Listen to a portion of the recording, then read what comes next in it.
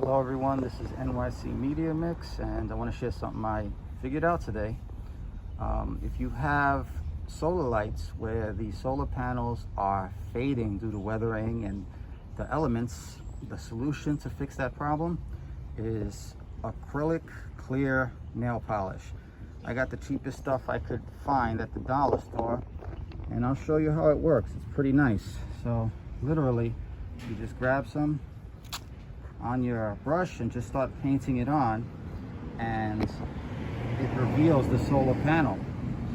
So if you do this, your panel should get good sunlight so that the battery can charge a lot better, because with this fogging, I imagine there's efficiency loss and the lights get dim a lot quicker, you know, as they run through the evening hours. So hope you found this little video helpful. You take care and enjoy the rest of your day.